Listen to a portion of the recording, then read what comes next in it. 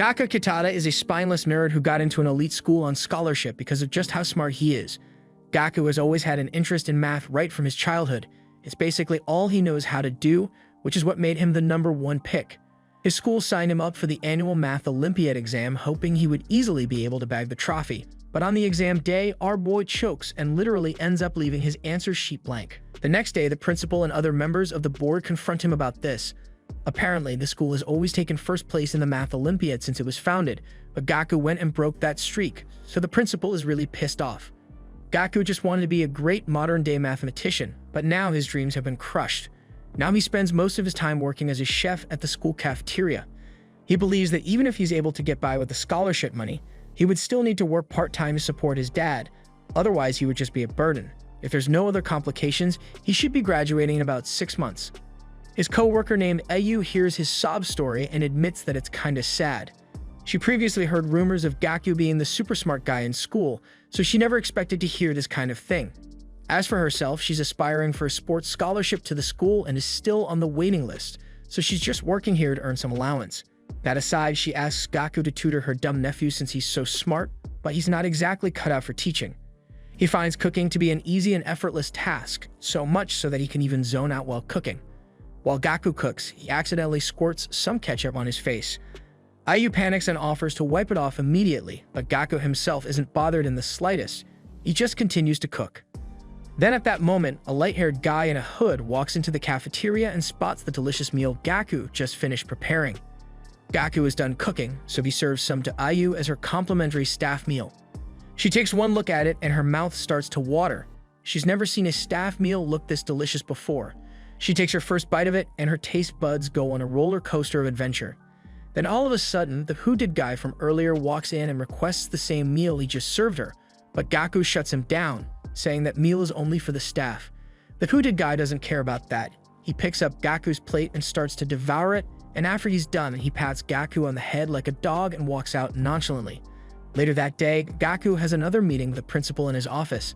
The news just broke out to him that Gaku has refused to join the upcoming Math Olympiad exam. Gaku is the top student at the school, so the principal and the board of directors feel that this would be the perfect competition for him to show off the school's strength, and also an opportunity for Gaku to redeem himself from the previous competition that he choked out on. But Gaku has already made up his mind. Because of what happened in the last competition, he feels that he doesn't have what it takes to stand out in national math competitions. After this is said, Gaku apologizes and walks out. The principal is really pissed. He slams his fist into his desk. As he walks down the hall, he runs into a group of 3 young individuals, and the one in the middle looks the most familiar. Before they cross paths, the guy in the middle asks Gaku for directions to the principal's office. Now that he takes a closer look at the guy, he recognizes him as the same guy who waltzed into the cafeteria and stole his staff meal. He warns him not to try that again.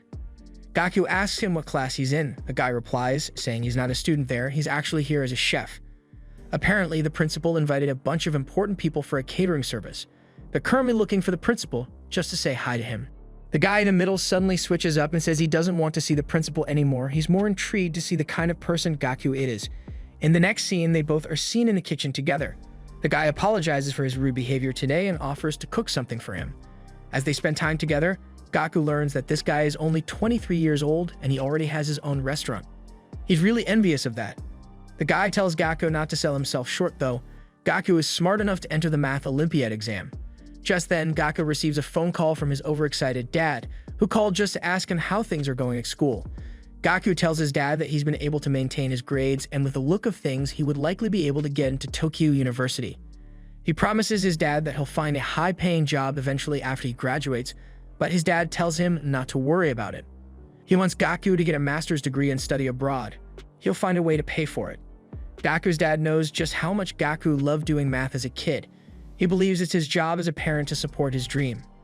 The call ends and the light-haired guy places a bowl of Neapolitan right in Gaku's face. Gaku is surprised to see that the Neapolitan is already ready. But before he can dig in, the guy stops him and mentions that Gaku has really caught his attention of late, so he went as far as doing some research. All his classmates and teachers agree that he has lost his formidable aura ever since his incident at the exam. He looks Gaku dead in the eyes and tells him that he hasn't realized the amount of potential he has. Gaku finds this situation to be really uncomfortable, so he changes the subject and says he just wants to eat now. This guy spent so much time yapping that the Neapolitan he spent all that time making has become soggy. He plans on eating quickly and then leaving. Gaku takes one bite of it, but at the moment it hits his taste buds, it takes him on a roller coaster of adventure. How on earth could soggy noodles taste this good?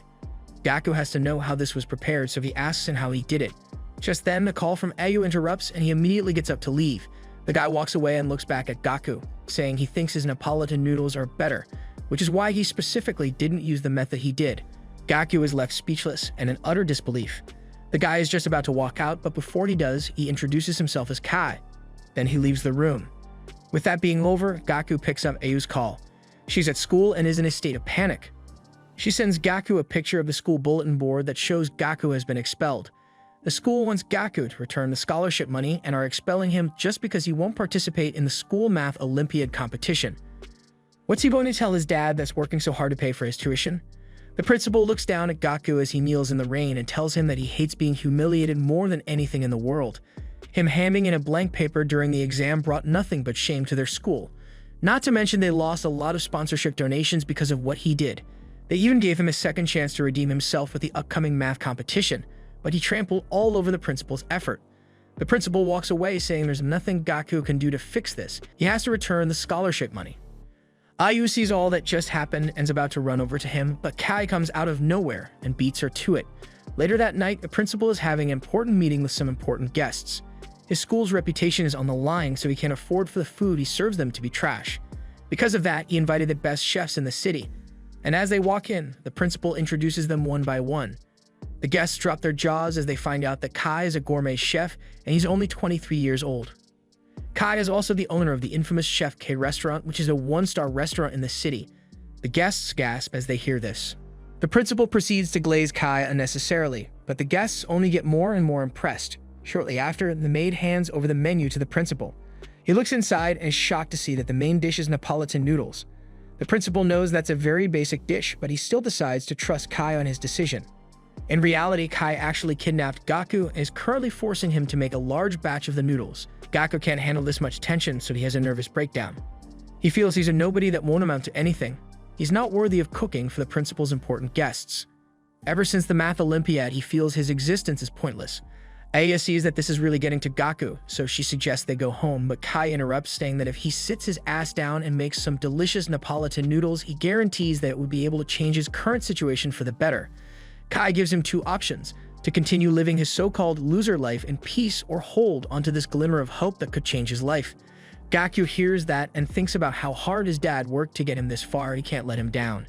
Gaku still feels double-minded about it, but he puts on the apron anyway and is willing to cook now. He starts the cooking process but doesn't feel confident at all. He wonders why Kai wants him to make the Neapolitan so bad, even though his version was a lot better. Kai just looks at him with a smirk and tells him that he would need to think outside the box in order for him to make the perfect Neapolitan. Gaku thinks about that and gets a bright idea. He immediately starts to rinse the noodles in cold water and then stuffs it in the fridge. Aya sees this and is confused at would only make the noodles get soggy. Kai, on the other hand, has a bright smirk on his face. Shortly after that, the process is done and the noodles are served before the guests. They are clearly impressed by the serving style, but how will they react to the taste? The guests have all been served the Neapolitan noodles. They stare at it and find it quite disappointing for the chef to have made such a basic dish as the main course. But then after, they take a closer look and notice that these noodles aren't like the common noodles you find on the streets of Japan. Nonetheless, they take a bite of it and immediately widen their eyes in shock at just how delicious it is. They consider all the flavors that were put into that dish and how well they all go with each other. One even goes as far as saying that he could feel new flavors exploding in his mouth as he chewed. However, one of the snotty guests says that the taste of the noodles is pretty decent, but he still prefers high-class cuisine. But then our guy looks down at his plate and is shocked to see that he has already devoured the entire plate. As for the others, it gives them a feeling of nostalgia. Since they were kids, the taste that comes to mind is that ideal creamy taste. Gaku's Neapolitan noodles had that exact taste. The principal just stares at his guests in confusion, wondering why they are so immersed in the noodles. Why would they choose to show humanity at a time like this? But nonetheless, the principal just smirks because he knows he's just using them all. He's going to abandon them very soon. Then after everyone had finished eating, the principal asked everyone whether they enjoyed the meal. They all gave positive responses, saying that they never expected to have been moved by such a basic dish. Kai then leans over and asks the principal whether it would be okay to call in the chef that made the noodles. The principal agrees, saying it would only make sense to thank him for making his dinner with the guests such a success. But just then, the principal chokes as he sees Gaku walking out slowly. Kai then speaks up and says that when he first met Gaku, he had already pushed the quality of the Neapolitan noodles to the limit. Gaku got the order of ingredients perfectly. First of all, he adds the onions, and after what's known as the Maillard reaction takes place, you add the bratwurst and bell peppers. Finally, he adds the pasta and stir-fries with some ketchup. What Kai found most interesting is that Gaku sets the pasta to one side and then pours the ketchup onto the other side directly in the pan. Using this method helps raise the temperature of the ketchup faster, which helps get the perfect tomato aroma. The principal's guests hear it and are in total disbelief. They never expected that something so trivial would make such a difference. One more thing Kai found intriguing is the fact that whenever Gaku prepares Western cuisine, he always adjusts the temperature of the fork to exactly 45 degrees Celsius. This is what amazed Kai from the first time he met him. The guests think about it and admit that when they picked up the fork, it was very warm and comfortable. They believe that if they had a cold fork in hand, they would have felt less comfortable. All in all, they never expected the fork's temperature to be so pivotal. Kai mentions that he heats up the forks and plates in his restaurant as well, but Gaku just does it more efficiently. Kai has been glazing Gaku since he came out, and Gaku is honestly starting to feel a little uncomfortable. But Kai tells Gaku that not everyone would have been able to do this, so it must mean that he's special. Another thing was the texture of the noodles. It felt so soft and refined. To achieve this, Gaku explains that he rinsed the pasta in cold water after boiling, then he marinated them in red wine and vinegar and placed it in the fridge. The guests are even more impressed at Gaku's genius, but Gaku doesn't want to take all the credit for it. So he admits that he only figured out that method when Kai prepared Neapolitan for him. Kai equally admits that he intentionally made Gaku wait for a while before eating so that the noodles would get soggy. After hearing all this, they all stare at Gaku in heavy disbelief. The principal sweats profusely. He can't believe his eyes. Gaku prepares his dishes with meticulous calculations and theory, which is what separates him from the other chefs out there. Gaku is now considered a symbol of education at the Wells Academy. Kai then says this is the exact reason why the principal wants to introduce him to them. His guests hear this and immediately get excited. They start to praise the principal and even say they're going to increase the subsidy and school's funding just for Gaku's sake. The principal is still sweating profusely. He feels really embarrassed by this because it would mean he would be indebted to Gaku. Kai then leans over to the principal and informs him that his VIP guests are willing to support his academy as long as Gaku is in it. So if he refuses to praise him under these circumstances, things may take a wild turn. The principal has no choice but to submit. He bows and thanks Gaku for this opportunity, and just looking at the expression he has on his face, you can tell our guy hates every second of it. After this is done, Kai and his team walk away. Kai looks back at Gaku and assures him that his mathematical way of thinking is definitely meant for cooking, and if they are able to work together, they would be able to do things in the kitchen that have never been done before. In the next scene, Gaku snaps awake from this nightmare in a cold sweat, and immediately heads downstairs and sits with his dad. His dad is a little too excited that Gaku managed to get into the renowned Tokyo University. Gaku urges his dad not to act all excited and surprised because he knew for a fact that he did well on the mock exam. Then after, Gaku's attention drifts to a lady on the television known as Musashi. Apparently, she's a regular customer at the Math Olympiad. She brags and claims that she's going to get a perfect score on the entrance exam. Gaku's dad can admit that she's a baddie, but he doesn't like the fact that she's out there running her mouth. Gaku recalls the instance where he met Musashi in person. She asked him a simple math question, to which Gaku gave a simple answer back. But what she did was what Gaku found so interesting. She literally came up with her own theory to solve the question. From that point onwards, Gaku knew that she was an outstanding person. Gaku's dad sees that his son has started to get mixed feelings about the whole thing, so he rushes into the kitchen and dishes some food out to him. After Gaku has finished eating his breakfast, he thinks about how sweet life with his dad has been. He needs to figure out what he wants to do if he's ever going to be someone important in the future. He drops his plate and immediately tells his dad that he's going to head into Tokyo for a while. That statement takes his dad by surprise, and Gaku can see that, so he reassures him that he's going to be back soon. His dad isn't all that sure about what he has in mind, but he still tallies him to go because he knows this is something he needs to figure out. That said, Gaku spends the entire day traveling alone to the heart of Tokyo, in search of what will fulfill his heart's desire. He arrives at Kei's restaurant and is greeted by Rana, the sous chef. She instantly recognizes Gaku to be the one who made the famous Neapolitan noodles. She walks over to the wine cellar and offers him a glass. As Gaku holds the glass, she informs him that the temperature of all the glasses, plates, and doorknobs have been carefully adjusted for comfort and coolness of touch. The main reason Ran-Na is being so friendly to Gaku is because Kai had already spoken really highly of him in the past. That's where she learned the importance of controlling the temperature. Ran-Na has never seen Kai compliment someone like that, so he automatically earned her respect that way. Ran-Na offers him a seat and says she wants to make a meal for him. Gaku thinks about it for a second and refuses. He knows the average spending cost in this restaurant is like 8,000 yen, and he ain't trying to go broke. But Ran-Na informs him that Kai specially asked her to cook a dish for him when he came and asked him what the principle of the dish was. Kai's orders were if Gaku can convince her with his theory, he should stay here and wait for him to come back. Otherwise, he should take his transportation fee and leave immediately. Ran-Na walks over to him and drops a plate that has really beautiful decoration. He's so shocked by the presentation that all he can do is stare.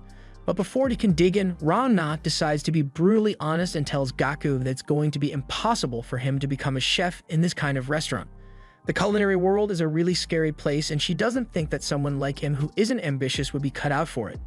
Then all of a sudden, Gaku interrupts her and politely asks her to stop yapping so he can actually taste the food now. He takes one bite of it and is taken on a flavor roller coaster. A few seconds later, he's easily able to deduce that the dish is mostly made of crab. He finds it really interesting that she combined pork and crab for this dish. As Gaku gives a detailed analysis, Ran-Na can't help but stare at the fire he has in his eyes. Then Gaku does something that makes Ran-Na gasp in shock. He asks for a pen and paper and begins to write math functions for the cooking process of this dish, and after a little while he drafts the perfect formula for the dish. Ran-Na can't help but admit that all the deductions Gaku has made so far have all been correct. However, she decides to give him a final test and asks him what he thinks about the crab. And to her surprise, Gaku is easily able to predict that it was crab roe that was used. A light smile forms on her face. She has found the one. Just then, Kai walks out from the back room and commends Gaku because he was correct about every single part of the meal. He walks up to Gaku and gives him a pat on the back for becoming a rookie chef. Ran-Na and her colleague just stare at each other in shock because they've never seen Kai in such a good mood with one of his chefs before. Gaku tells Kai that ever since the last time they saw each other, he couldn't stop thinking about the deal that he offered. The last time he was able to enjoy simple mathematics was when he was a kid, but now they can put his math to good use with cooking. It's really exhilarating for him. He also acknowledges that he never would have unlocked this side he never knew of without Ran-Na's cooking, so he thanks her for that. Ran-Na looks at him and is surprised he actually took time to appreciate his chef. Gaku isn't really sure whether he wants to be a chef or not. What he wants to know is the reason for this impulsive passion for cooking. Just then, one of the congressmen from the meeting earlier, named Weiichi, walks in reminding Gaku that he was one of the people that tried his amazing Neapolitan noodles and he's been his #1 fan since that day. Apparently, Weiichi became a sponsor of the restaurant because of Gaku, and today is his family member's birthday, so he promised to have Gaku cook specially for him. Kai looks to Gaku with a serious glare and tells him not to mess this up or else. Just then, Weiichi opens the door for his guest. Gaku looks towards the door and sees that it's Musashi, his old math Olympiad rival. It turns out that Musashi is the congressman's daughter. She recognizes him and is surprised to see him here of all places. Gaku lets Weiichi know that he met his daughter in the math Olympiad tournament, but they haven't seen each other since the spring training camp. Now that he thinks about it, Gaku realizes that it makes a lot of sense considering that they both have the same surname. Weiichi tells Musashi that Gaku is the amazing chef that impressed him with his Neapolitan noodles. Gaku hears that and starts to sweat, not knowing what to say, but Kai tells him not to be so modest all the time. He was the one that prepared those lovely noodles that day, so he should act like it. Still, Kai never expected such a coincidence of him and the customer being from the same math Olympiad training camp. Kai informs Musashi that Gaku makes his best dishes by using a mathematical way of thinking. Musashi hears that and gets shocked. She looks at our boy and asks him whether this means he's given up on becoming a mathematician. Her dad assumes that Musashi would be interested in food that's made in a mathematician way. However, she replies saying that ever since she was a child, she has always been interested in Gaku's mathematical way of thinking. The first time she met Gaku was at the Math Olympiad competition. One day, she gathered up the courage to walk up to him and ask a question. After getting to know him, she was so fascinated by the way he thinks mathematically. Back then, she claims Gaku was filled with unique problem-solving techniques. It looked like he was actually having fun while solving it. However, she doesn't have the interest in him anymore. When they both met again after a long time of being apart, she felt that his mathematical way of thinking had deteriorated to the point of utter boredom. With this, she believes that talking to Gaku from this point onwards would only have a negative effect on her intelligence. Moreover, she doesn't have the slightest interest in food, so she doesn't think there's any reason for her to stay here. She turns her back to leave. But before she can, Kai calls out to her and asks her why she claims to be such a great mathematician when she won't even try food made in a mathematical way of thinking. Gaku realizes that Kai is sticking up for him, so our boy turns that frown upside down and admits that her words did kind of hurt him a bit, but that's fine. His duty today is to cook for her and ensure that it's delicious. He asks her to think about it one last time about trying his food. She thinks about it for a second and finally agrees. Then she's seated with her dad and told that the food will be served to her in about 1 hour. Meanwhile, in the kitchen, Gaku is in a bit of a struggle choosing the ingredients to use for the meal. Although he's told he can use whatever he wants, the ingredients here are far too extravagant and he's not used to them. At the same time, Rana is at the front of the kitchen and is currently pissed off at Hoti, the sous chef, for always coming late to work. But Hoti defends himself, saying that he went to get the wine for the dish they're about to prepare. The fact that Gaku is totally ignored makes him realize that Rana was right about the kitchen being a battlefield. The vibe in there is so tense that he can't even ask why questions. But just then, something surprising happens. Kai offers to be Gaku's assistant. He believes that Gaku is still an amateur when it comes to preparing ingredients, but he still promises not to interfere with his ideas. Kai even says he wouldn't mind explaining the characteristics of the ingredients to him. He just wants to see him do his best. Gaku admits that would help him a lot. He plans on recreating Rana's cooking idea from earlier, so he asks Kai to tell him the umami value for each ingredient. Gaku gets surprised as he sees Kai start to write the value for each ingredient off head. Kai mentions that he just knows the approximate value for each of them. He has a general understanding of the other ingredients' characteristics that could easily be found on the internet. After he's done writing, he steps aside to show Gaku the board and says that the dish Rana made consisted of 2 umami flavors, inosinic acid and glutamic acid. He further tells Gaku that if you combine these 2 ingredients, he's confident that he would be able to make a dish that surpasses Rana's. Rana hears that and has a rather confused look because Kai has left out a very important part. Kai looks back at her and urges her not to say a word. It's a simple test he's conducting on Gaku. But just like that, Gaku figures it out instantly and says that there's definitely more than 2 umami components. The staff hear that and are shocked as to how he came to realize that. To achieve the kind of synergy Rana's dish had, there would need to be a 3rd umami component. That's his hypothesis. Meanwhile, Musashi peeks through the door to see how Gaku is faring in the kitchen. Kai congratulates Gaku because he just figured it out. Kai intentionally didn't mention the 3rd component because he wanted him to be able to think and come up with it on his own. If he didn't come to this conclusion, that would mean he was just copying Rana's recipe, and in that case, he would have just told Gaku to get the hell out of there. After that said, Rana pours some oyster stock in a serving plate for Gaku to taste. He gives it a sip and almost chokes when he realizes that the formula he gave for the recipe just now doesn't add up. Rana tells him that this was a double trap set by Kai. The oyster broth was just added to mimic the synergy effect. It was just a pointless addition to throw Gaku off. Kai then speaks up and tells Gaku that for a mathematical brain, his idea is good, but his equation in the real world just doesn't add up. Gaku sees that time is running out, so he starts to panic. He even starts to get flashbacks of that time when he choked during his math exam. Musashi watches from a distance, and although she doesn't know much about cooking, she can see that Gaku is struggling, so she just walks out saying she's done here. Meanwhile, Gaku is focused on a high-class ingredient known as tilafish.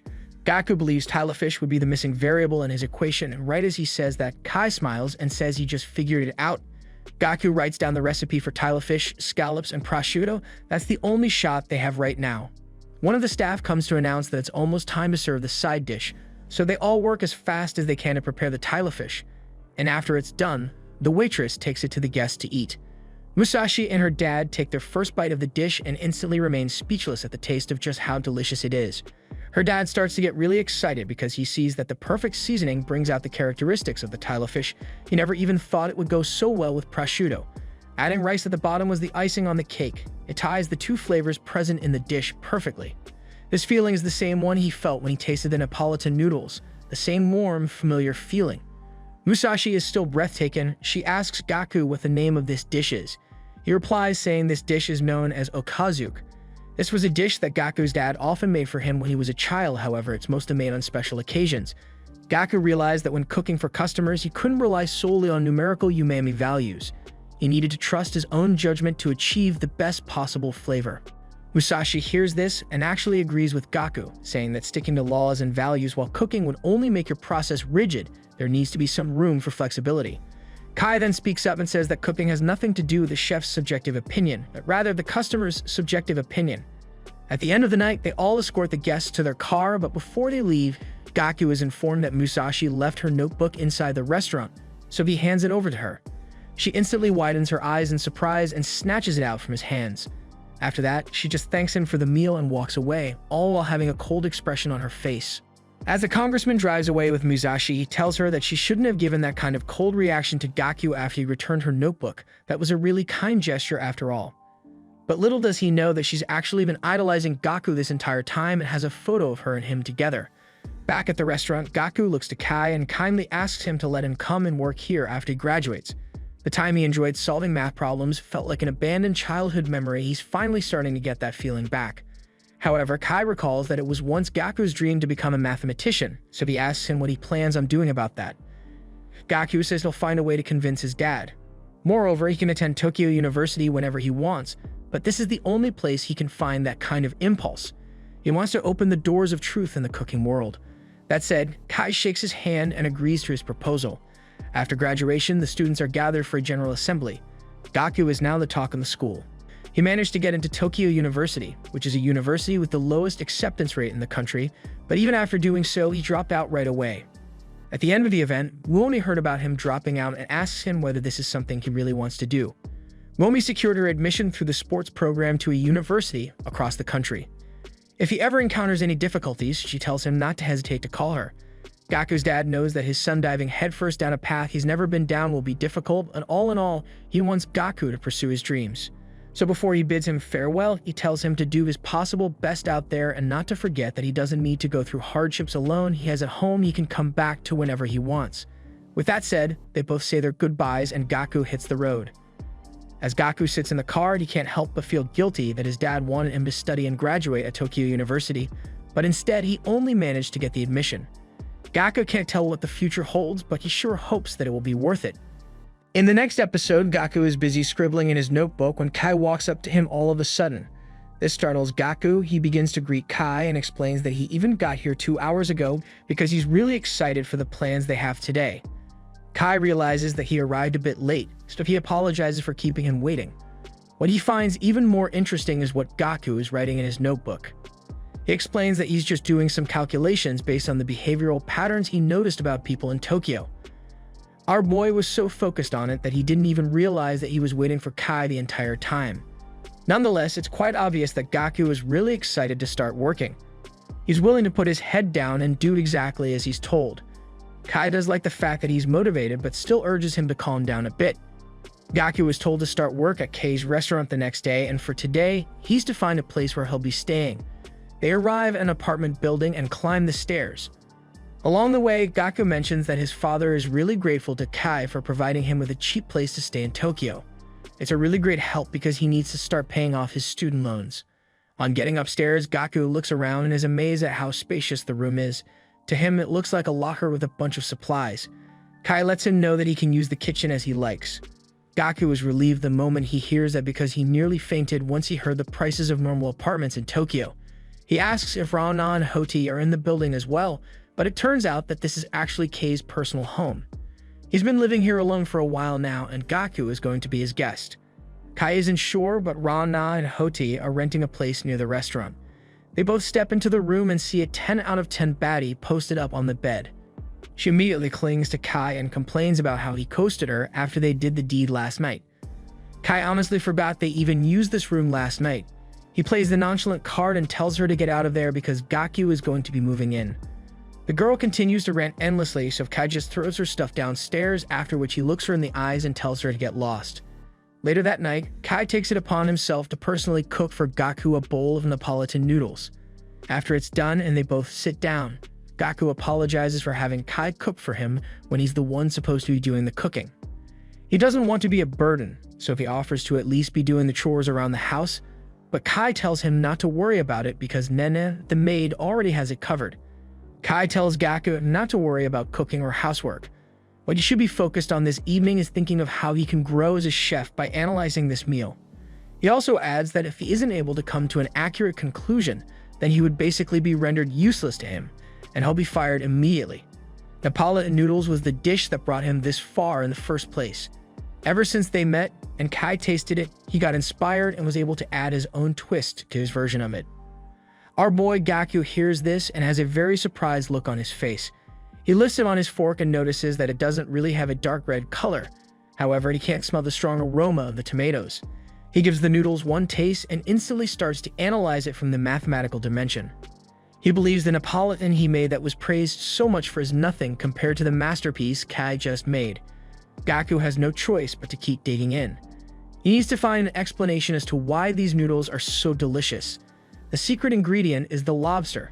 When it goes into the mouth, Gaku claims that a very complicated math formula is generated. Gaku widens his eyes at the realization that even with his mathematical way of thinking, there's no way any of the recipes he's ever used would ever taste this good.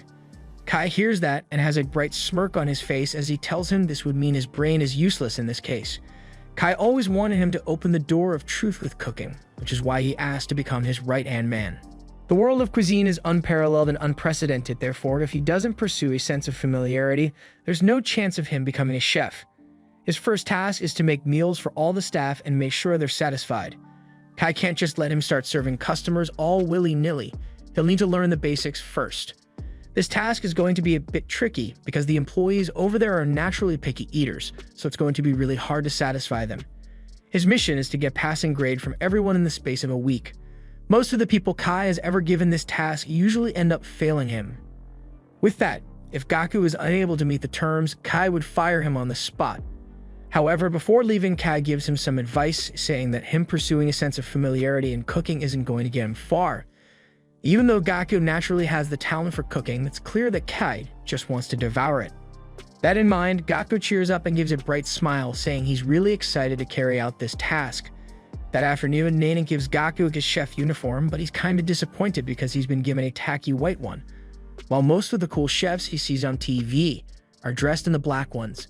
Nanan informs Gaku that he's still a trainee here and all trainees must wear the white chef uniform. Just then, Ran-Na walks in with her chest open. She was planning to use that room to change and didn't expect anyone else to be there. Gaku nervously turns his back while Ran-Na dresses up fully.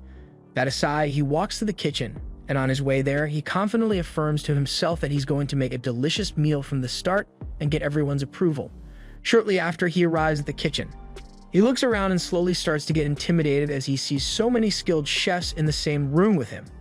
He processes for a few seconds and musters up the courage to introduce himself to them and says he is going to be in their care for the next week. One of the chefs wishes to test Gaku's ability, so he gives him some potatoes and tells him to dice and brunoise them. Gaku manages to carry that out perfectly, so the chef pats him on the back. He might be capable after all. He looks behind him and sees a giant foreign dude staring down at him. Now that he thinks about it, there appear to be tons of foreign staff in the kitchen. They come from all over the world to learn from this kitchen. The chefs have now confirmed that Gaku will be useful around there. Then they walk off all saying they'll be putting Gaku to good use. Then before they leave, he asks for their names, but they give a shocking reply, saying there's no need for them to know each other's names. Just then, Kai walks in and informs them all that the restaurant has been fully booked for lunch. He urges them all to work as quickly and efficiently as possible. Gaku watches as the chefs work at high speed in unison and is taken by surprise. The chef who praised him earlier ended up throwing his potato slices in the trash because he didn't cut them all at even sizes. Turns out that Gaku initially managed to slice it perfectly, but along the line he started to panic a bit and ended up messing it up. The chef tells him that he doesn't need to worry about it. He can just pack it up and go home. Gaku is so low on energy that he trips over and falls, causing the platter to come down with him. The other chefs pay no attention to him. They just keep cooking while Gaku remains on the floor embarrassed. He heads outside for some fresh air and feels really embarrassed. Aside from skill and aptitude, his major problem is the lack of speed and stamina. He lacks physicality in general. A battle kitchen like that exists for customers and requires speed that can keep up with that. He's only ever spent his time studying mathematics, so he has like zero confidence in his stamina. Just then, he recalls that Kai promised to fire him instantly if something like this were to happen. Our boy immediately gets motivated, realizing that although stamina and speed are important, it's the cooking skills that would matter the most. Kai said that the staff meal he's preparing would be the basis. He figures that it's normal to be unable to keep up with everyone's pace in the initial stages. Just then, Nina walks in on Gaku and her stomach is growling. She tells him that the lunch rush ended a while ago, so it's time for him to prepare the staff meal. She takes a look at him and sees that he's still struggling to walk, so she asks him whether this means he would be unable to prepare a meal that would satisfy them. Gaku starts to sweat. Honestly speaking, kitchen work is already tiring for him. He feels it would be really beneficial for him to observe how the staff makes the food. If possible, he would even like to taste the leftovers so he can at least know what the restaurant is like. This is the task that determines his future at the restaurant, so he knows he can't afford to be careless with it. Mina sees that this task is going to be too much for him to handle, so she just advises that he let someone else do it for them. That piece of advice makes Gaku have an epiphany. He bursts into the kitchen and is about to prepare the staff meal. Before he starts, Nina advises him that the rule for staff time meals is that ingredients and resources can be used freely and without any restriction, meaning that as long as he can make the best staff meal, he can use as many resources as he wants regardless of the cost. However, Gaku doesn't think he'll need to go overboard with some expensive ingredients. He believes that the leftover potatoes, carrots, and corned beef should be enough. He then asks one of the chefs to help him out with the ingredients he didn't end up using for his dish. The chef watches Gaku's cooking process and is shocked to see that he's using the leftover potato pieces from earlier. Gaku plans on working backwards from the finished product and making a delicious meal out of what he's been given. Ran-na watches him cook and sees the ingredients he's using for the staff meal. It seems like a very ordinary staff meal, but knowing how he is, she expects him to make a really unexpected dish. Then shortly after that, Gaku is done with the food and it has been dished out to the staff to eat. This is the meal that would determine whether he would be able to join the restaurant or not. They take a look at it and scoff, saying that it looks like a very unremarkable potato and meat stew, but immediately after that, they stop criticizing it as they realize that the aroma coming from it is on another level. Gaku musters up confidence and urges them all to try it. Kai just watches from a distance and is eager to find out what their decision is going to be. The staff give the meal a taste and all agree it's really delicious. Ran-na says it's not just the seasoning. The rich texture of the soup enhances the beef and potatoes flavor. Honi adds that soy sauce is another key factor, saying there's nothing more appetizing than the aroma of charred soy sauce. Honi asks Ran-na for her take on this, and she says she saw it all while Gaku was cooking. When preparing the meal, Gaku added in salt just at the right time. First, when he started stir-frying the potatoes, carrots, and onions. Then after, he didn't stir-fry the vegetables anymore. Just after tasting Gaku's dish, another one of the staff is ready to give a detailed analysis of the ingredients used and the method of preparation. He starts off by saying the meal contains less than 1% of salt. Gaku waited until the vegetables were dehydrated by the salt, and once they were, the flavor seeped into the vegetables. The process of simmering is what brought out its charred flavor, and not stir-frying the vegetables was the most effective cooking method for this dish. Hodi adds that the thickness of the soup is due to small potatoes being blended into the soup, leading it to have a thick, smooth texture. Gaku erupts with joy and tells the staff that their detailed analysis was 100% accurate. He's happy to be surrounded by people who actually understand the theory of cooking. That aside, Hodi asks Gaku why he chose to prepare meat and potatoes of all dishes. The technique he used could have been applied to other dishes, and the thought of this makes Hodi assume Gaku wanted to surprise everyone by preparing it. Gaku tells them he chose this dish simply because it's the most nourishing. The staff hear that and are all left speechless. When Gaku first arrived, he was surprised at how fast the kitchen's pace was. He knew he wasn't going to last long if he continued like that. But that's when Nina told him that he's not the only one who's tired. All the staff of the restaurant are going to be exhausted, meaning everyone who has to eat the staff meal would be exhausted. Even though high-quality ingredients were available to him, Gaku still wanted to prepare a dish that felt like home. That's why he decided to prepare the traditional symbol of a home-cooked meal, potato and meat stew. He found the answer to make this delicious meal. All he needed to do was work backwards to bring out the hidden flavor of the potatoes and meat stew, a dish he was certain to warm everyone's heart. About 10 minutes later, Nina stands before the staff and tells them it's time to start casting their votes for Gaku's meal today. Gaku smiles, expecting this to be an easy pass for him, but out of everyone there, only 2 people end up voting for him, meaning Gaku has failed. Gaku is in utter disbelief. Kai stands behind and reminds him that he only has 1 week to prove himself or else he's gone. Hodi walks over to Gaku and tells him there was no need to prepare a nourishing meal because none of them asked for it. Hodi considers the world of cuisine to be nothing but a brutal war zone. As chefs, they don't need the nourishment of home-cooked meals, they thirst for inspiration and hints in the staff meal. Hody feels Gaku's style of cooking will never be useful on the front lines of the cuisine world, so he says Gaku will never be cut out for being a chef. Before he leaves, Gaku calls out to him and admits that his dish doesn't have what he's looking for, but everyone said it was delicious. He believes it should be fine as long as the food is delicious. Hody hears that from Gaku and is disappointed in his mathematical way of thinking. Before he walks out again, he tells Gaku that his first mistake was choosing such a simple dish for assessment.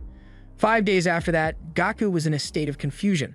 He didn't know what else he was supposed to do at that point. He used high-class ingredients just like they asked, but every single time they told him it wasn't good enough and just dumped it in the trash. Aside from that, there's a lot of work he wasn't used to doing, so he just kept screwing up and getting yelled at by Hody. Gaku only has 2 days left. His time is running out.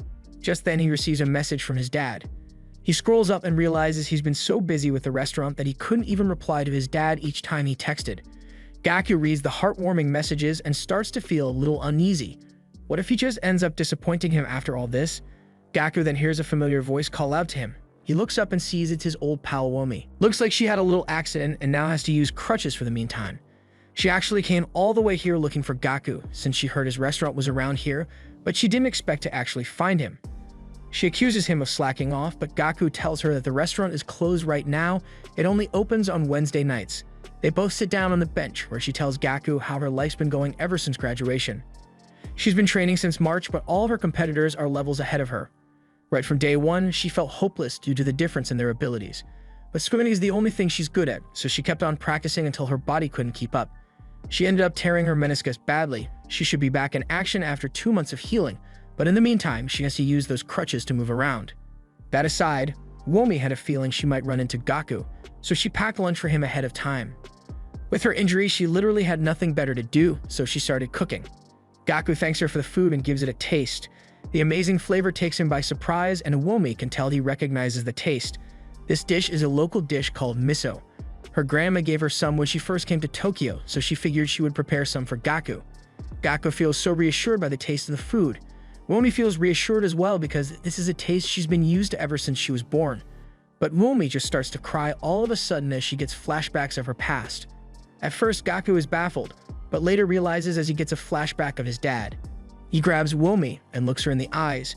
Womi instantly gets shy because she thinks Gaku is going in for a kiss. But instead, he just asks her why she's crying. That's when it hits him. He finally realizes the secret to making a dish that would impress the staff.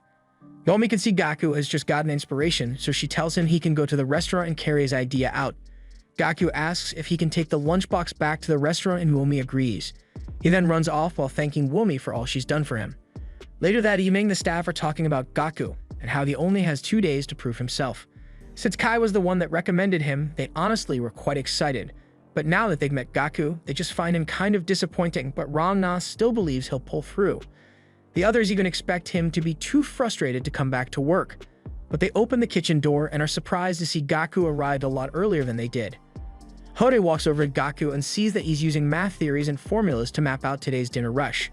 As usual, the restaurant is fully booked, so the staff begin to work at maximum pace.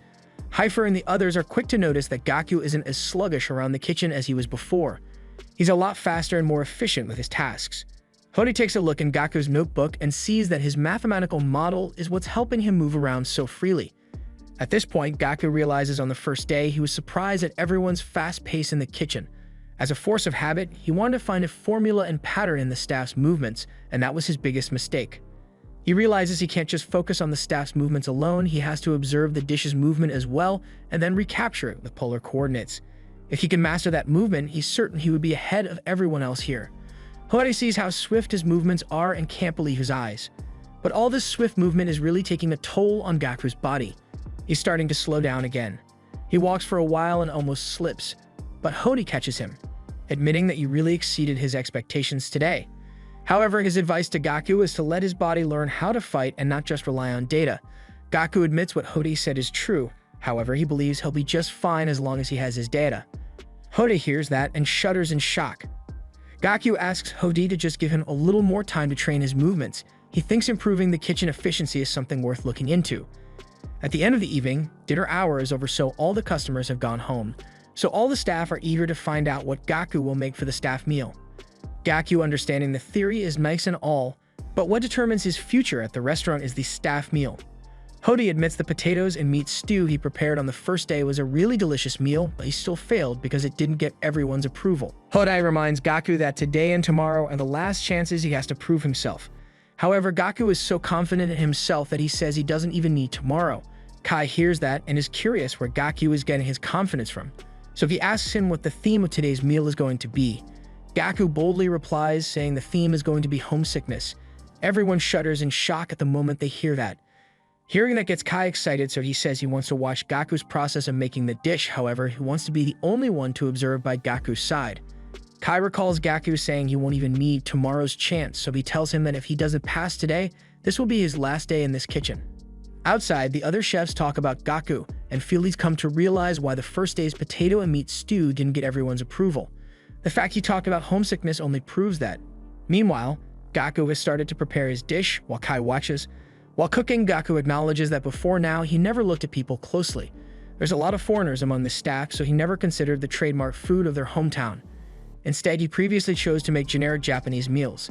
Kai hears that and applauds Gaku for finally figuring it out. To become a good chef, he needs to get rid of the Japanese subjective view. In order for Gaku to succeed today, he needs to avoid the soup food of each country, but must also make a dish that the foreign staff can accept and finish.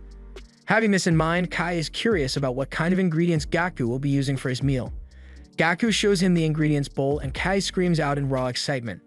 About 30 minutes later, the dishes have been plated and served to the staff. The staff examine the plate carefully and aren't able to identify it immediately. However, the aroma quickly grabs their attention. Hody is the first to dig into his plate, and the others follow shortly after him. They take a bite of it and are in utter disbelief at how delicious it is.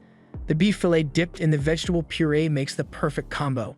But after a little while, they come to realize there's also potato in the dish, meaning Gaku has once again made potato and meat stew. In the very next moment, one of the staff members takes a bite of Gaku's dish and his eyes widen in surprise. Even though it is nothing more than a simple potato and meat stew, the taste still suits his palate perfectly, even as a Chinese man who has used his own country's flavors. Another staff member quickly speaks up as well, saying what she finds amazing is how the beef tenderloin completely melts in her mouth, releasing a deep, concentrated flavor of onions and soy sauce. Gaku confirms their observations, explaining that he allowed the beef tenderloin to fully soak in the essence of the potato and meat stew.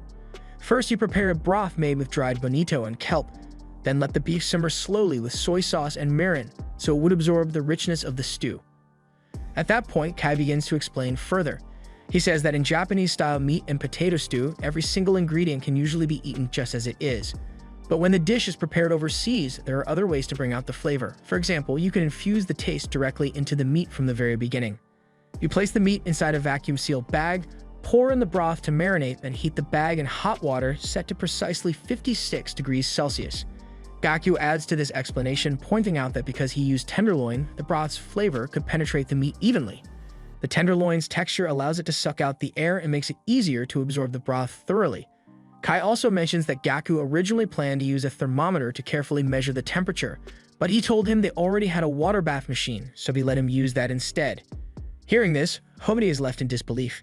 He realizes that the beef tenderloin is not only juicy but also carries the unmistakable flavor of potato and meat stew. Nate agrees, saying that the strong aroma of charred potato instantly stimulates her sense of smell. Hody notices there are black and gray bits inside the dish and quickly recognizes them as charred vegetables, so he asks how they were prepared. To answer, Kai reveals a potato that has been burned completely black, explaining that this was part of Gaku's process. Gaku elaborates, saying the best seasoning for potatoes is actually the smoky aroma of char. First, he grills the potatoes until the skins are completely blackened. Then he adds broth and milk, letting them simmer together. Once the potatoes soften, he mashes them directly with the blackened skin, giving them a unique depth of flavor. One of the staff members cries out in shock, saying that method sounds outrageous, yet at the same time he cannot deny how delicious the potatoes taste. Kai then explains that most ordinary chefs, when cooking for foreigners, would try to prepare something close to each country's local flavor. But Gaku is different. Instead of compromising, he pushed to let everyone experience the true essence of Japanese meat and potato stew in its fullest form. Hearing this, the staff tremble in shock. After that, Gaku admits that when he first had Kei's Napolitan, he was overwhelmed by the difference in skill. He couldn't understand it at first. The Napolitan Kai, once served to the chairman and his guests, had been crafted to recreate the nostalgic taste they remembered fondly from childhood. which was why it impressed them so deeply. It drew out personal memories. But the Neapolitan Kai served Gaku later on was different. That one had nothing to do with nostalgia at all. It was simply a universally delicious dish that anyone, anywhere in the world could find appealing. Gaku continues, saying that potato and meat stew should not rely only on nostalgia either. If there is a method of cooking that can truly maximize its potential, then it could very well become a dish worthy of being recognized on the world stage. He believes potato and meat stew have that level of power, and that is why he wants it to be the key to victory. His true aim was to show a foreigner how incredible Japanese potato and meat stew can taste. Hearing this, Hody and the other staff members are left speechless. But then in the next moment, the mood shifts unexpectedly. The staff suddenly say they aren't actually impressed at all, telling him that he got it completely wrong and used the wrong combination of flavors. Gaku is stunned and cannot believe what he is hearing, his face showing utter disbelief. But right after that, all of the staff burst out laughing together, revealing that they were only playing a prank on him. With the joke revealed, the staff finally decide to share their names, introducing themselves one by one. Afterwards, Hody walks up to Gaku personally, hands him an official staff jacket, and thanks him sincerely for letting him taste the very best potato and meat stew he has ever had. The rest of the staff join in, congratulating him warmly. Meanwhile, Kai quietly watches Gaku, feeling proud. In the beginning, Gaku had relied only on his mathematical way of thinking, but now he has grown and learned how to study people deeply, paying attention to their behavior and feelings. This skill is called anthropology. Kai remembers a chef named Yona who once earned 3 Michelin stars. Like Gaku, Yona also had a background in mathematics, but his notebook didn't just contain recipes. It also held detailed studies about how human taste evolved, along with sketches of natural ingredients. In order to create the ideal dish, he studied every kind of knowledge available. And at the very foundation of everything was the mathematical way of thinking. Kai quietly wonders to himself whether Gaku carries the same kind of potential or if he could ever grow into someone of similar greatness. The next day, Gaku decides to visit Womi's house. He brings her a homemade meal as a thank you gift for the advice she had given him earlier. He honestly believes that it was only thanks to her advice that he managed to get hired at the restaurant. Womi is delighted when she hears this, and with a cheerful smile, she suggests that they go out and eat the meal together in the park. Meanwhile, in a small local bar, an odd scene is playing out. Several customers are becoming increasingly uncomfortable because of a strange man wearing glasses. He's been throwing darts at the dartboard for hours, repeating the same stance and hitting his target with uncanny precision every single time. After every few throws, he calmly walks back to his table, opens up a notebook, and records a series of numbers. The customers whisper among themselves, wondering who this strange man might be and what his story is. At the same time, Momi has just finished her daily swimming practice. As she's packing up, her phone rings. It's Gaku calling. He immediately apologizes for not contacting her more often, explaining that he's been incredibly busy working at the restaurant since he got hired. Curious, Momi asks if he's still making staff meals. Gaku happily tells her the story of how he recently made an omuris topped with a beautiful fluffy egg layer. Just as he'd expected, the staff enjoyed it even more than the potato and meat stew he prepared earlier. Even Hody, who is hard to impress, praised him, saying that Gaku is improving day by day. Hearing this fills Gaku with joy because he can finally feel his hard work beginning to pay off. Later that night, Inoue pulls Gaku aside for a private man-to-man talk. With a serious face, he confesses that he has started to develop feelings for Ranna. He asks Gaku to use his mathematical way of thinking to help him figure out how he can increase his chances of dating an older woman like her. Gaku thinks for a moment and then explains the concept of the optimal stopping theory. According to his reasoning, Inoue's chances of dating her will actually improve if he refrains from dating her for the time being. Hearing this, Inoue doesn't even focus on the details, he's just thrilled that there's still hope. Overjoyed, he hugs Gaku tightly and celebrates loudly. The noise is so intense that Wang ends up hearing them and shouts at both of them to knock it off. At this point, Gaku starts to realize something important. After that first week of crushing despair when he initially arrived, he has slowly begun to improve and grow. Yet even so, he feels he should continue letting Kai push him harder. The problem is, Kai still refuses to allow him to cook for actual customers. For now, all Gaku does is assist the other chefs in the kitchen and continue preparing meals only for the staff. To him, this situation feels exactly like what he experienced back when he was pursuing mathematics, stuck in the same position, unable to advance. The story then shifts back to the present, where Gaku is still on the phone with Womi. With a slightly tired, almost drowsy look on his face, he admits to her that he still feels like a useless person. He tells her that he'll probably end up being nothing more than a chef trainee for the rest of his life. But right after saying this, he falls asleep mid-conversation, still holding the phone. On the other end, Uomi sighs in frustration, annoying that he passed out before she even had the chance to say what she wanted to tell him. Meanwhile, inside Gaku's dream, Kai suddenly appears behind him. He tells Gaku that he is finally going to allow him to cook for real customers. Gaku's face lights up with excitement when he hears this, but his expression quickly shifts the moment he sees who the customer is. Sitting across from him is Musashi. She immediately begins lecturing him, saying that serving the right dish to the right customer is absolutely critical. Serving the wrong dish, she warns, could even end up ruining that person's life. She continues her lesson, explaining that to truly test the value of his cooking in the professional world, Gaku should imagine serving the one person he least wants to face. As if to prove her point, the door opens and Hirose, one of Gaku's old rivals from his mathematics days, steps inside. Musashi stares at Gaku with a cold, dead look in her eyes, demanding that he serve Hirose. The sight of Hirose makes Gaku's mind drift back to his childhood, when they were both at Math Olympiad camp. He remembers how Hirose would always talk down to him, insisting over and over again that Gaku would never become a mathematician. Those memories sting deeply, and now in this dreamlike encounter, they all come rushing back. Hirose begins to slowly walk toward Gaku in the dream, his steps deliberate and heavy. But just before he can get too close, Kai appears, trying to wake Gaku up from his nightmare. Even so, Gaku doesn't wake, his body still twisting in discomfort. Ratanon notices this and suggests they bring him some water to help, but Kai calmly tells her it's fine and that she can go now, leaving things to him. Later that night, Gaku finally wakes up. The first thing he sees is Kai still there in the restaurant, sitting nearby. Feeling embarrassed, Gaku scratches his head awkwardly, realizing he must have been moaning while asleep. He mutters that he was just having a strange dream. Trying to shake off the awkwardness, Gaku notices that Kai is busy cooking something. Curious, he asks if Kai is cooking for him, and Kai confirms that he is. A few minutes later, Kai sets down a steaming plate of eggs over rice in front of him. The moment Gaku sees it, he immediately recognizes that it's based on the staff meal he himself had prepared earlier that day. He takes a bite, and instantly his eyes widen in shock at how delicious it is. The difference is overwhelming. Kai explains that there are two main ways he elevated the dish compared to the one Gaku had made. The first is the aroma. While preparing the meal, Kai added finely shaved white truffles, which release an intoxicating scent that completely transforms the experience. The second is the texture.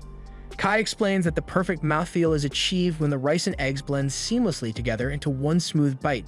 Gaku eats several more mouthfuls and realizes without a doubt that this meal is on a completely different level from his own attempt. White truffles, Kai points out, are one of the key ingredients here. He has noticed that Gaku rarely uses them or any other high-quality ingredients for that matter. So he asks if that choice comes from Gaku's personality, or his way of thinking. Kai then tells him something important. If he truly wants to consistently make food that is delicious, he needs to be ready to use any ingredient available to him, no matter how rare, expensive, or unfamiliar. Nothing should be off-limits. Then with a sudden mischievous spark, Kai leans closer and asks Gaku, half joking but half serious, who exactly he keeps dreaming about that makes him moan in his sleep. Gaku quickly denies any strange meaning behind it, insisting that it's not what Kai is thinking. He explains that his dream was about someone else, his rival, a man named Hirose. Back when Gaku was a child, his greatest wish was to become a mathematician and challenge the world of truth through numbers. But the person who shattered that dream was none other than Hirose. Gaku remembers the Math Olympiad he failed to advance in. At that very same competition, Hirose not only came in first place, but later went on to win the gold medal as Japan's official representative. Kai listens, but he doesn't quite understand the full weight of what Gaku is saying, so he cuts him off and tells him to just get straight to the point already. Taking a deep breath, Gaku explains further. Back in those days, Hirose and Musashi would often study mathematics together, talking late into the night and discussing theories endlessly. But starting from junior high, Hirose began to stand out more and more. He grew so far ahead that even holding a conversation with him became uncomfortable. It felt less like talking to a friend and more like facing a perfect reflection of the self Gaku wished he could be. Compared to Hirose, Gaku says with bitterness he felt like nothing more than a fragile collection of weaknesses, standing in the shadow of someone who embodied everything he lacked. After finishing his story, Gaku looks at Kai and suddenly asks if he has any friends like that, friends who are rivals yet still close in some way.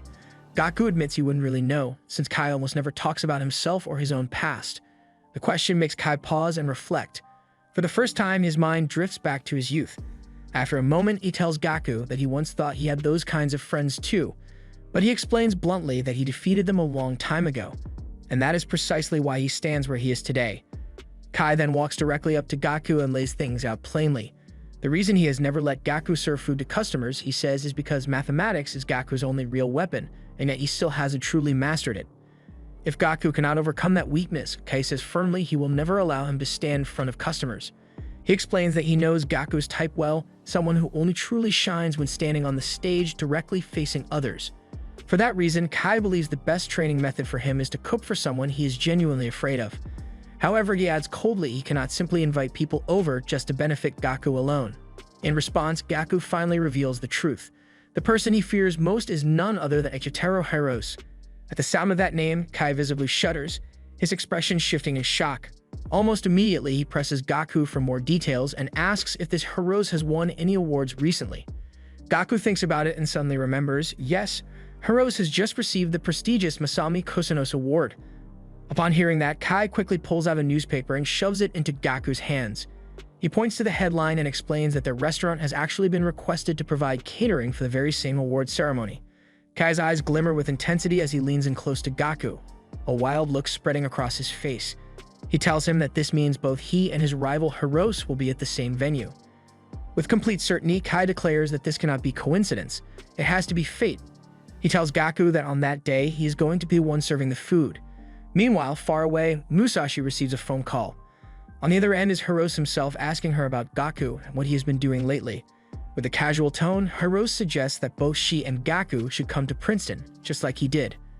But Musashi immediately shuts him down, explaining that her father would never allow it and that Gaku could never afford to study abroad in the first place. Still, something catches her attention, the background noise. It sounds loud, almost like a crowd. So she asks Hirose where he is and what's going on. He laughs and tells her it's nothing unusual. There are a lot of Japanese students at Princeton, and right now they're all just hanging out together at a bar. Then he casually mentions that he'll be returning to Japan soon. When he does, he suggests they should go and see Gaku together. But Musashi responds differently. She tells him that while Gaku might actually want to see him again, she herself isn't so sure. Hirose, however, simply replies with confidence. He insists that the meeting between him, Musashi, and Gaku is inevitable. In his mind, the three of them were brought together by fate, and it is their shared destiny to one day unlock the truths of the universe side by side. The day of the Mathematics Awards ceremony finally arrives. Gaku approaches Hirose to congratulate him on winning the award, and Hirose looks genuinely happy to see Gaku there. Hirose admits he's a little surprised that Gaku chose the path of becoming a chef, but Gaku quickly explains that he's still only a trainee. Hirose then says that when he heard Gaku was in charge of catering the event, he got excited right away because he thought Gaku would be the perfect person for the job. With a confident look, Gaku tells Hirose that since he's the one preparing the food, he made a dish that only he could create. But when he lifts the cover of the tray, everyone is shocked and disappointed to see the plate is completely empty. Gaku stares in disbelief, realizing that a dish only he could make doesn't actually exist. Hirose walks over and gives him a look of disappointment, while Kai and Min also leave the room looking let down. At that moment, Gaku suddenly wakes up in his bed, realizing it was nothing more than a bad dream. Meanwhile, on campus, Musashi is walking when a few students call out to her, asking if she wants to join them for lunch. She ignores them and later finds a quiet spot to eat her sandwich alone. Just as she's about to take a bite, she looks to the side and is surprised to see Gaku sitting there. They end up sitting together and Gaku tells her that he's been assigned to serve a dish at Hirose's award ceremony. Musashi assumes this must feel like torture for Gaku, leaving the path of mathematics only to stand in a chef's uniform, serving food to someone like Hirose, a celebrated mathematician. She tells him that if he's going to handle this, he'll need a strong resistance to pressure. Hearing that, Gaku chuckles and tells Musashi she's still as straightforward as always. He admits that he's been having constant nightmares about the awards ceremony, but the one he had today was especially frightening, because while he was in the dream, he realized it was a nightmare. He explains that in it, Hirose was happily talking with him who had become a chef, but deep down he knew that could never happen. The reason Hirose ever lost track of time chatting with him before was because the three of them were working so hard on mathematics together. Gaku figures it would be impossible for Hirose to enjoy a conversation with him, knowing that he abandoned mathematics to pursue cooking. That's how he instantly realized it was a dream. Musashi tells him to see it in a positive light. Since Hirose isn't interested in him, he should focus on cooking for real customers instead. But Gaku replies that the dream's aftermath still felt too real. Even though he gave up on mathematics to chase cooking, in the dream he still couldn't create anything. And the last person he wanted to see that weakness was Hirose. Hearing this, Musashi comments that Gaku has become far too timid lately and she can't stand seeing him this way. She asks him why he even came all the way to complain about this to her. Gaku replies that he honestly doesn't know, but she's the only person he feels he can talk to about this, the only one who would really understand. Noticing that Gaku doesn't have any food with him, Musashi offers him part of her sandwich. But Gaku quickly says it would be rude to come see her empty-handed and pulls out a sandwich of his own. He tells her it's actually for her, and that it's even still warm because he kept it in an insulated box. They both exchange sandwiches, and Musashi takes a closer look at the one Gaku gave her. She's surprised to see that it's deep-fried. The moment she takes a bite, her eyes widen in shock at how delicious it is. She notices how many flavors are packed inside, describing it as a mystery box.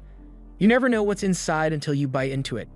Gaku explains that he created this sandwich because he wants his customers to always look forward to the surprise of the next dish. He goes into detail about how the sandwich is made, and as Musashi listens, she can't help but notice something familiar.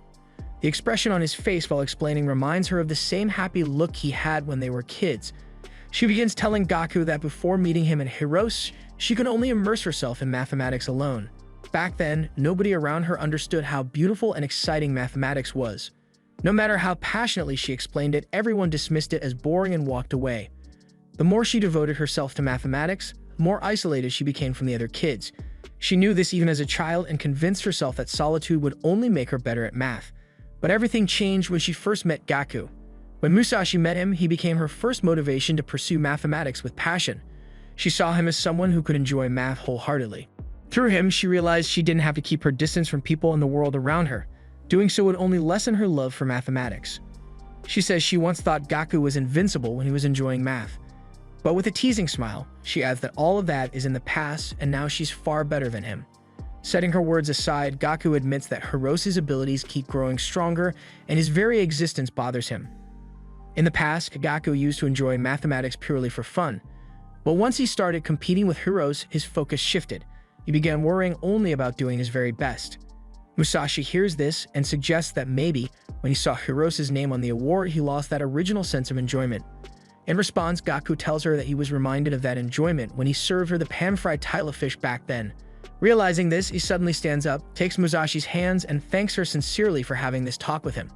Musashi starts to blush, but the moment is cut short when Gaku's phone rings. He picks it up and sees Wumi calling. Musashi notices right away and glares coldly, annoyed to see another girl's name pop up on his phone. Wumi cheerfully tells Gaku that she just broke her personal training record today. To celebrate, and since she's in a good mood, she offers to make him dinner. Musashi overhears everything and jealousy instantly kicks in. She quickly finishes her sandwich, smacks Gaku on the head, and runs off. Later that evening, Kai gathers all his chefs for a meeting. He announces that they'll soon be serving dinner at the Mathematics Awards ceremony, so he's about to assign everyone's roles. He places Milo in charge of the fish and Hoti in charge of dessert. Hearing this, Inu quietly comments that he really loved to be in charge of a dish one day, though he knows it'll take time before he gets the chance. As for the soup and meat dishes, Kai surprises everyone by announcing that chefs will have to apply for the positions. The other chefs are shocked, since nothing like this has ever happened in the restaurant before. Kai explains that aside from himself, Milo, and Hoti, everyone else, including the newcomers like Gaku, can apply. He tells them that in 3 days, each applicant will present their dish, and the winner of each category will be put in charge of that item. After laying out the rules, he asks anyone interested to raise their hand. Inui is the first to raise his, saying he already has the perfect soup recipe, and they should just leave that category to him. But right after, Wang speaks up, insisting that he's the one who should handle the soups since only he can make the perfect celebratory soup. Soon, everyone starts applying for their preferred dish. Seeing the excitement, Hoti laughs and asks Gaku if he plans on applying too. Gaku pauses for a moment to think, then calmly says that he's going to apply for all 3 categories. Hoti is stunned by his boldness, but Kai just smirks without saying a word. Later that night, after serving the last customers of the day, the chefs all rush home to start working on their recipes, determined to create something that will guarantee victory. But unlike the others, Gaku doesn't hurry home. He remains at the restaurant. Nena and the other waiters notice and ask him why he isn't rushing, especially since he applied for all 3 categories. Unlike the others who are focusing on just one dish, Gaku has triple the workload. Nin also reminds him that he's only been at the restaurant for 6 months and wonders aloud if this decision wasn't a little reckless. Gaku admits it might have been reckless, but he says he still wants to cook as much as possible. At that moment, Inui passes by on his way home. He tells Gaku that while everyone acknowledges his talent, this time he's gone too far, Everyone else is pouring all their effort into a single dish, while Gaku applied for 3 at once. As Inui turns to leave, Gaku suddenly asks him what kind of soup he plans to make. Annoyed, Inui yells that he's not about to reveal that. Gaku then suggests that even though they're competitors, it might help if they taste each other's dishes before the evaluation. That way they can identify areas to improve, since competing without testing themselves properly against each other wouldn't be fair. He even suggests they work together on the day of the evaluation. Surprised but intrigued, Inui agrees, so the two head over to his house to start preparing their dishes. As they cook, Inui explains that proper taste testing is crucial. The taster shouldn't be an amateur, but someone with a sharp sense of flavor. That's why he thinks Gaku would be perfect for tasting his soup. But then he adds another point. While tasting Gaku's dish, he could easily lie and give him bad advice, deliberately steering him in the wrong direction, so his soup turns out worse. Hearing this, Gaku freezes for a moment, realizing he hadn't considered that possibility. Lying really would give one of them a big advantage. A few minutes later, the two sit down and taste each other's soups. Inui tries Gaku's soup first and admits that it's on par with his own in terms of taste. He considers giving Gaku some advice, but doubts Gaku would be able to make major improvements in just 3 days. Still, he tells Gaku that his soup feels a little one-dimensional and doesn't leave a lasting impression. Hearing that, Gaku frowns and starts thinking hard about how to fix this. As his mind races, he looks around Inui's room, hoping to find inspiration for a solution. As Gaku continues looking around the room, Inui starts to feel a little self-conscious. He admits that his place is much smaller compared to Kei's. But Gaku quickly tells him that's not true, and instead, he's more curious about how someone like Inui ended up here. After all, he left his hometown to pursue cooking. Hearing that, Inui explains that it wasn't exactly by choice. His parents kicked him out, so the only place he could afford was this cheap apartment. Gaku looks surprised and asks why his parents would do such a thing. Inui begins by saying that although he might not look like it, he's actually the son of the owner of a high-end restaurant in Kyoto. Gaku gasps in shock at the revelation. He asks why Inui chose to work for Kai when his own father runs such a prestigious restaurant. Inui answers that his father's restaurant is extremely old-fashioned. His dad is an excellent cook, but he only makes traditional Japanese dishes and refuses to change his ways. Whenever Inui suggested using modern cooking techniques, his father would scold him, insisting that the traditional method was always better. Eventually, Inui realized that his father's mindset was too rigid and he couldn't bear it anymore. He wanted to experience different types of cuisine, so he left for Tokyo, the world-class hub for culinary exploration. Still, Inui admits that sometimes he feels he was too naive. A part of him thinks he should just go back home, apologize to his father, and dedicate his life to mastering traditional high-class Japanese cuisine. In fact, he almost decided to do exactly that, until he stumbled upon Kei's restaurant. The moment he tasted one of Kei's dishes, he instantly knew this was what he had been searching for all along. After hearing the story, Gaku realizes that Inui didn't simply give up on Kyoto cuisine to follow Kei's path. But Inui quickly clarifies, that's not the case. He still respects his father deeply. His true goal is to learn everything he can from Kai, then return to Kyoto and fuse what he learned with traditional high-class Japanese cooking. That way he can become a revolutionary who pushes the boundaries of cuisine itself. 3 days later, the long-awaited day of the meal selection finally arrives. Kai, Hotei, and Milo take their seats as judges, sitting in silence, waiting to see if any dish will truly shock and impress them. Inui confidently presents his dish, waiting for the judge's verdict. Milo and Hotei taste it and are clearly impressed, praising his soup as a dish that carries on the tradition of fine Japanese cuisine. Hearing this, Inui gets excited, thinking he finally has a real chance of winning. However, Kai doesn't look impressed at all. He bluntly declares that this dish has no chance of being worthy for the occasion. Kai admits the soup is delicious, but points out that once the lid is lifted, the aroma fades too quickly. Since the food is meant to be served in a banquet hall, Kai says presenting a dish that loses its aroma so fast would be nothing short of disgraceful. He adds that a chef who fails to consider the location where the food will be served is nothing but arrogant. Inui is stunned into silence. After spending 3 days and nights perfecting the recipe, Kai discards his effort like it's worthless.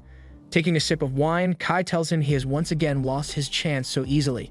Meanwhile, Gaku is in the kitchen preparing his own dish when he overhears that Kai rejected Inui's soup.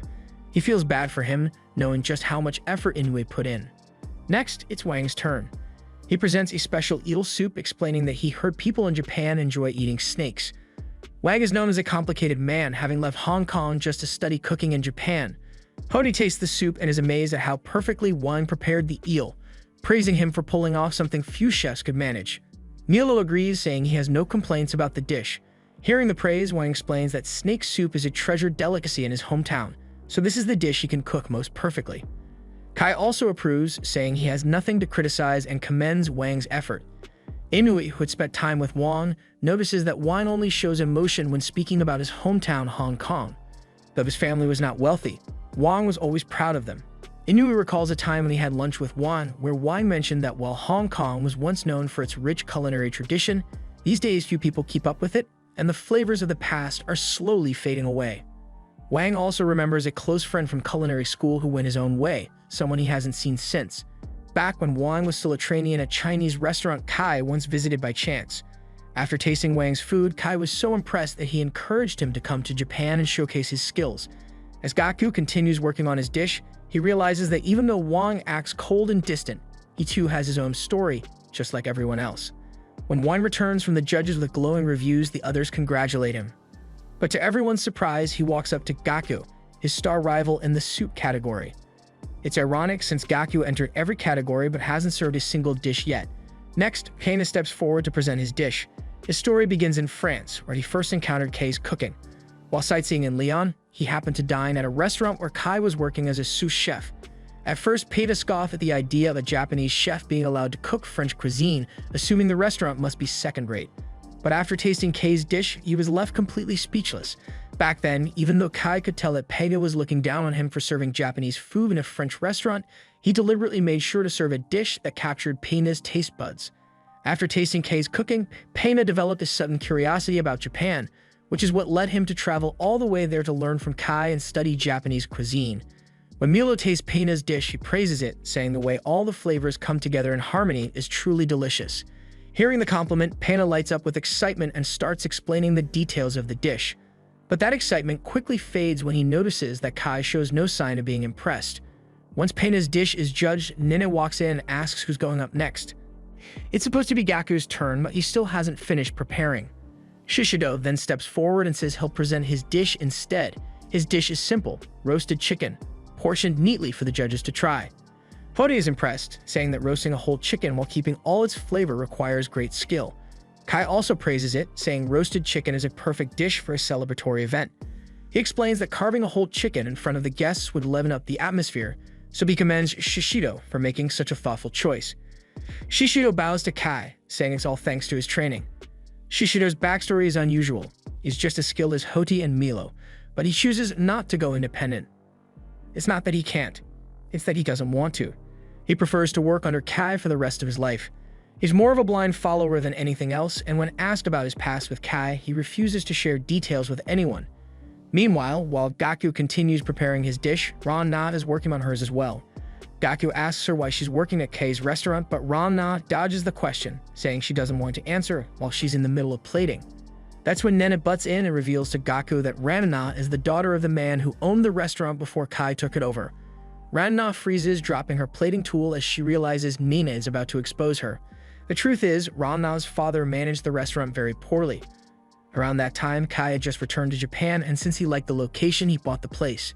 Back then, Ran-Na was only working part-time at the restaurant, but Kai noticed her raw talent in cooking and let her stay on. Hearing this story, Gaku concludes that Kai must have really liked her to allow her to keep working there. At that, Ran-Na shoots in a cold glare and asks if this is his attempt to mess with her during a competition. She corners him against the wall, telling him he has no idea how hard she's worked, and now here he's trying to win by playing mind games. Gaku quickly denies it, saying that's not his intention. He explains that while he was half asleep once, he remembered seeing her with Kai in her nightwear. Hearing that, Ran-Na turns away with a deep red blush across her face. Gaku goes on, saying that if the reason she works at her father's old restaurant is to learn from Kai and gain experience, then that's a great reason. He also adds that he's grateful to finally understand why everyone here is so devoted to the restaurant. Ran-Na glares at him with disdain, asking what's so great about that. She reminds him that when they first met, she told him he lacked ambition and wasn't cut out to be a chef, and to this day, she still stands by that statement. She points out that he entered more categories than anyone else, and he's the only one who doesn't look nervous. Because of that, she assumes he isn't taking the competition seriously, but Gaku tells her things are different now. He isn't nervous anymore because he's gained real confidence. Ran-Na hears that and is stunned. It's finally time for Gaku to serve his dish. As he steps in front of the judges, Hody leans forward with eager anticipation, especially curious to see what Gaku will present, since despite being a rookie, he was the only contestant bold enough to enter all 3 categories. To everyone's surprise, instead of serving 3 dishes, Gaku brings out just one appetizer, mainly made with couscous. The staff immediately start whispering among themselves, noting how long it took him to prepare only a single dish. They worry that if it takes this long for one plate, it would be useless for the actual event. After hearing what Gaku has prepared, Kai begins giving a detailed explanation of couscous and its origins. He admits he never expected Gaku to choose something so unfamiliar to Japanese people. Gaku responds by saying he picked couscous because he remembered Kei's advice, never to limit himself and to always use as many ingredients as possible when he can. Putting aside Gaku's slowness, Kai studies his confident expression and says he's genuinely curious to taste it.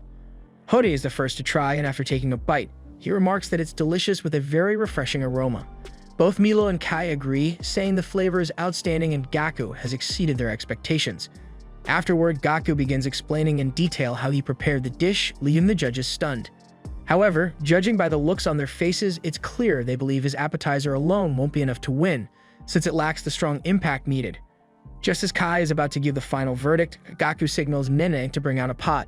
She places it before him, and when he lifts the lid, a sweet aroma fills the room.